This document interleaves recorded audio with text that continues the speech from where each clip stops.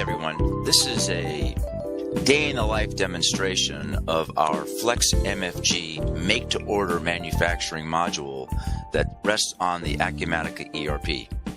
In this case, we're a manufacturer of cell sorters, and the cell sorters can be customized to order. So we have a customer that calls up and asks for a tailored cell sorter. Greg, take it away.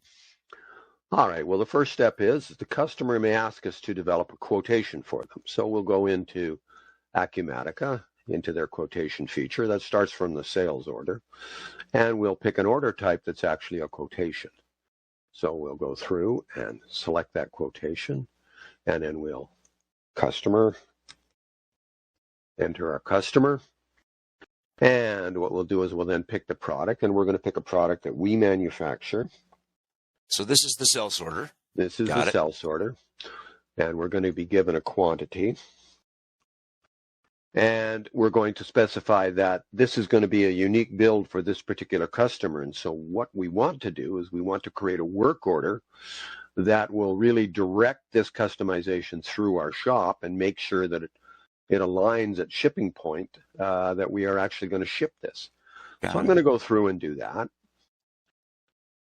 And I'm not done yet. The customer is going to supply a drawing for me. I'm going to go out and attach a drawing from the customer. So this would be whatever's unique. Exactly. Customer may mark up a drawing, and this is only an example.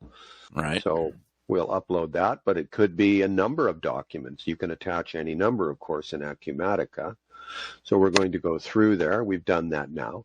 What we're going to go through now is we're going to go through and we're going to generate a work order. And of course, this work order is going to be tied to this quote or ultimately the sales order that this quote is used to create. And you'll notice that we've created it here. Now we have the opportunity to go out and add the customization. Our purpose here, it'll bring in our standard specification for our product for our latest revision. But I'm going to go in and I'm going to make some small changes here. They would just like some extra of our trays here. So I'm just going to increase the numbers from 2 to 4. That's made this item unique now. You'll notice here that up by my cursor, it's actually tied to the sales order or to the quotation at this point. But I'm not done yet. Because this is different, my costs are going to be different than my standard cost. And so what I may want to do is I may want to derive a new sales price. So what I can do is I can put in my margin here for this product, and it will create a new sales cost. And what I will do is I will push that sales cost back to the sales order. I've actually used my actual production data and numbers to develop my quotation.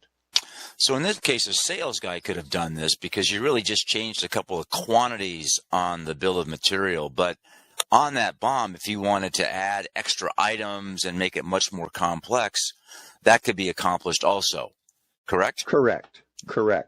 Got it. Perfect. So what I'm going to do is I'm going to go in and I'm going to change this to my sales cost. Right. Margin. And of course, I want to save that as history. And then I want to push that back to my sales order. And if we refresh, we're going to notice that our new costs have come in. So I've created a sales order. So that's the first step. Customer will then get their quotation. So you say you created a sales order, but really we've just updated the ordering system in Acumatica, which supports sales and quotes, and we're still in the quoting phase. So now I can email this quote out. Great. So we're successful. So what we will do now is we're going to turn this in to a sales order. So in order to do that in Acumatica, I copy the order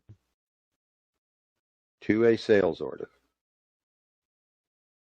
And we're going to not recalculate the cost because we don't need to in this case. We've already given the quote to the customer. Great. Right. And now we're going to save this. And what we've done now is our work order has now moved over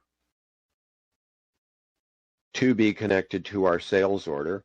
And it's moved from a quotation point, which really is a placebo in the manufacturing system. Nothing can be done to it. But once I turn the owning document, which is the quotation, copy it to a sales order. Now my production order becomes a legitimate manufacturing item. And from here, I can check my inventory to see exactly where it is. Excellent. So right now I'm in planning. I haven't committed Right. anything yet from a work order manufacturing perspective. So I go check my stock and make sure I got stuff. Right. I see at the bottom, it tells me a lot of information. Right. It's telling me here, for instance, in this particular item, I have 8 on hand, but I have other work orders, sales orders, transfer orders that are demanding a greater quantity. And so my available has actually gone negative. I can see I have 54 in production. I have 35 as a demand from production. So I've got a view of what happens, but ultimately the system says I'm going to have to buy more. Got it. And so it will tell me that. I can then move it through the manufacturing stage. And of course, that's another demo that you can view if you'd like to see that process. So that was our simple, and luckily we've gone through for our work order. That document is still followed the quotation right to the work order.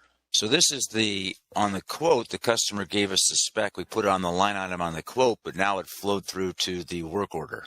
Correct. Fantastic. Thank you, Greg, for this. Go ahead. And that's our make to order system. Thank you very much for this demonstration.